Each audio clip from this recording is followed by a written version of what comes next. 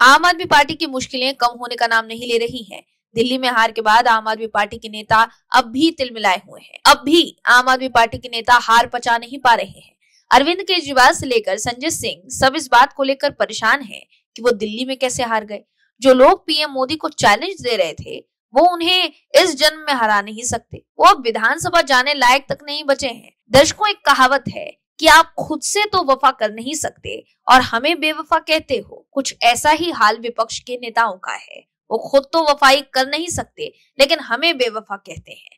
दर्शकों, सोचने वाली बात तो ये है कि बीजेपी वोट इसलिए जीतती है क्योंकि वो लोगों को विजन बताती है। वो बताती है कि आखिर कैसे वो देश और राष्ट्र का हित अव्वल रखेगी। वो देश को बताती है कि कैसे उनके लिए राष्ट्र सर्वोपरि है।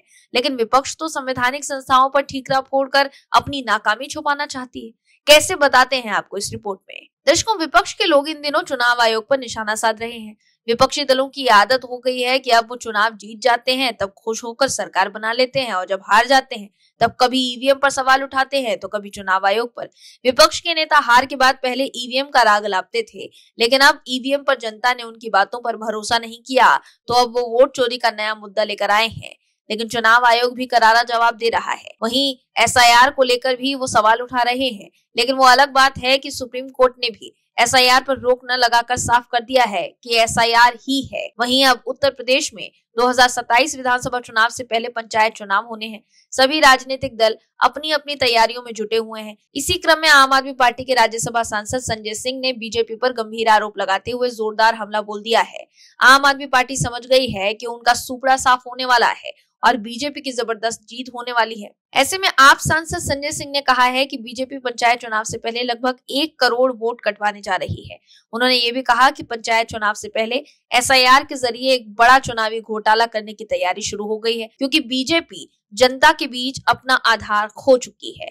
इसलिए अब वोट चोरी के जरिए चुनाव जीतना चाहती है। संजय सिंह ने यूपी की जनता से अपील की है कि अपने लोकतंत्र और वोट के अधिकार को बचाने के लिए सड़क से संसद तक लड़ाई लड़ने को तैयार हो जाएं। ये वही एसआईआर है जिस पर पूरा बिहार आंदोलित है और जिसके जरिए महाराष्ट्र और हरियाणा में बीजेपी ने चुनाव जीता और दिल्ली में तो सारी हदें पार ही कर दी। उन्होंने ये भी बताया कि अरविंद केजरीवाल की विधानसभा में चुनाव शुरू होने से पहले 42,000 वोट काट दिए गए थे। इस तरह दिल्ली की 14 विधानसभाओं में बीजेपी के चंद कार्यकर्ताओं ने हजारों वोट कटवा दिए थे। केंद्रीय मंत्रियों के घरों में फर्जी वोट बनवाए गए थे। आप सांसद ने कहा कि वोट और वोटर सूची में धोखा देकर वोट चोरी करके चुनाव जीतने का यह खेल अब उत्तर प्रदेश में शुरू होने वाला है।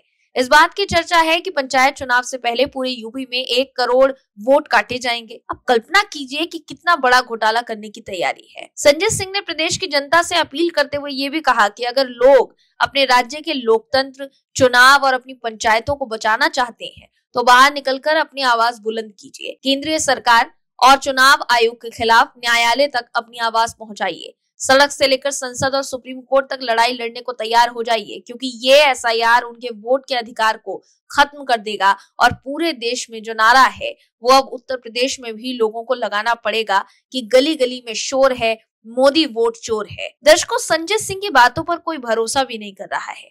वो जनता को उकसाने का काम कर रहे हैं। लेकिन सुप्रीम कोर्ट ने एसआईआर पर रोक नहीं लगाकर साफ कर दिया है कि हार के डर से विपक्ष नेता एसआईआर पर लोगों को गुमराह कर रहे हैं। अगर वाकई संजय सिंह के पास सबूत है चुनाव आयोग के खिलाफ तो वो कोर्ट क्यों नहीं जा रहे, सिर्फ बयानबाजी क्यों कर रहे हैं। Bureau report, OMH news.